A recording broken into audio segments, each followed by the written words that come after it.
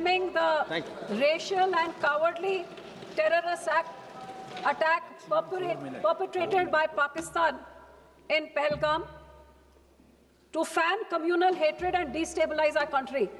I also bow my head in condolence with all those innocents who tragically lost their lives on that day. The entire nation stood with those families and felt their pain. I also salute the valor of those brave hearts and those civilians who were the casualties during the course following these attacks. Sir, like the rest of the country, I too take great pride in saluting our armed forces with the precision and the valor that they showed in targeting Pakistan's military areas and neutralizing all that Pakistan was wanting to do, which is destroying their targets as well as their air bases and their radar systems. The restraint and the responsibility that they showed in this precise targeting showed India's military might to our neighbors and to the rest of the country, and I wholeheartedly congratulate our armed forces for this victory. Sir, throughout yesterday, I have been hearing both sides. Everybody over here spoke about their view of what this whole 72-hour episode was about. While the Treasury benches thumped their chest in victory, the opposition said that ye kya? In fact, not only showed their approval before me, a leader from the opposition party said, "Jang ruka kyun?" Sir, I am shocked to hear that in this house there are MPs who say, "Jang ruka kyun?" What were we here for? Were we here to fight and demolish Pakistan, or were we here to give them a befitting answer? Sir, jang रुका क्यों उनसे पूछिए जो लोग border में बसते हैं। आज इस हाउस में कितने लोगों ने ऑपोजिशन में, रूलिंग में या फिर सरकार में उन लोगों की बात किसने की जो बॉर्डर में बसते हैं? मेरे कश्मीर के भाइयों ने उनकी पीड़ा बताई और मैं पंजाब के लोगों की पीड़ा बताना चाहती हूँ जो उस बॉर्डर में बसते हैं, जहाँ दिन रात उनको इन बॉर्डर में रहने का उसका सामना करना पड़ता है। जिनके खेत उस तरफ थे उनको बोला गया आर्मी ने कि अपने फसल को काट दीजिए क्योंकि यहाँ पे किसी टाइम बंद हो सकता है, तो फसल तैयार हो ना हो उसको काटना पड़ा। बेचारों को डर के मारे जब वो 3 दिन ऐसे वहां पे ब्लैकआउट हो रहे थे, ड्रोन चल रहे थे, फाइटर जेट्स चल रहे थे, लोगों ने डर के मारे अपने बच्चों को, अपनी बीवियों को, अपने परिवारों को, अपनी चीजों को लेके कैसे वहां से उनको अपना घर बार छोड़ना पड़ा। और पाकिस्तान वाले जैसे कश्मीर में लगातार पूंछ में जैसे होता है, उन लोगों से पूछिए, वो गरीब जो बॉर्डर में बैठते हैं और रोज इसको झेलते हैं, वो बॉर्डर के इलाकों के लोगों से पूछिए जो इसका निशाना बनते हैं, जिस करके बॉर्डर में कभी कोई डेवलपमेंट नहीं होती, हमेशा बैकवर्ड होती है क्योंकि वो देश की रक्षा के लिए सबसे आगे होती।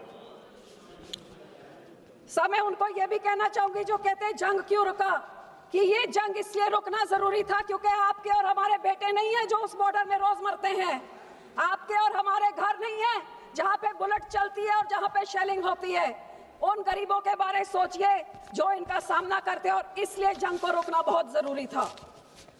सर, जब भी जंग होता है नुकसान लोगों का होता है।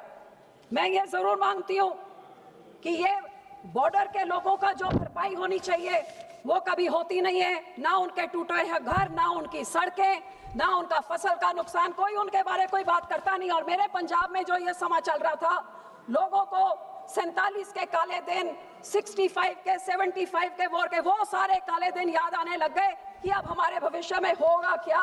और इस सारी चीजों में चाहे शहर हो चाहे गांव हो, सारी लेबर भी भाग गई, बिजनेस का भी सारी कैंसिलेशंस होने लगी, छोटे ट्रेडर्स जो भी हो, दुकानदार, सबका नुकसान हुआ। जब भी सर ऐसी कोई चीज होती है, सबसे पहले सरकार कहती है अटारी बॉर्डर बंद कर दो। भाई अटारी बॉर्डर बंद आप कर देते हैं, छोटे दुकानदार, छोटे व्यापारी और छोटे ट्रांसपोर्टर का नुकसान हो जाता है।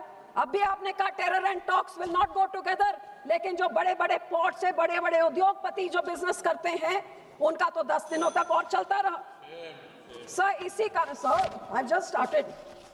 इसी तरह सर ड्रोन्स ने बहुत ही एक इंपॉर्टेंट रोल प्ले किया इन न्यूट्रलाइजिंग दिस, लेकिन मेरे स्टेट पंजाब में पिछले 10 सालों से बॉर्डर के पार से ड्रोन आके आर्म्स, एम्यूनेशन, ड्रग्स लेके हमारे स्टेट में तबाही नहीं मचाई, लेकिन पूरे देश में अपने आर्म्स और अपने ड्रग्स फैला रहा है।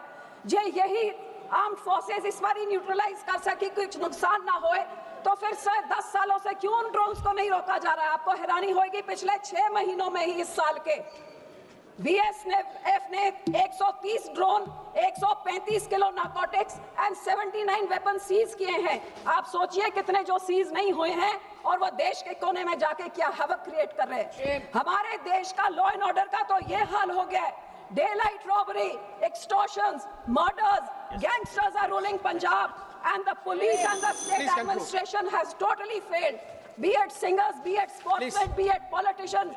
Sir, हमारे पुलिस स्टेशन में ग्रेनेड से हमले हो रहे हैं, रॉकेट लॉन्चर से विजिलेंस के दफ्तर में हमले हो रहे हैं, और गैंगस्टर जेल में बैठ के सर 2 मिनट जेल में बैठ के टीवी के इंटरव्यू दे रहे हैं। ये पंजाब के हालात हैं। सर गोल्डन टेम्पल में भी 10 बारी धमकियां आ चुकी कि हम उड़ा देंगे।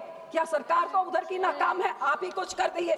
और इसी तरह सब well you can not deny कि there has been security lapse and that there has been intelligence failure and our agencies were called napping, but responsibility must be fixed, sir.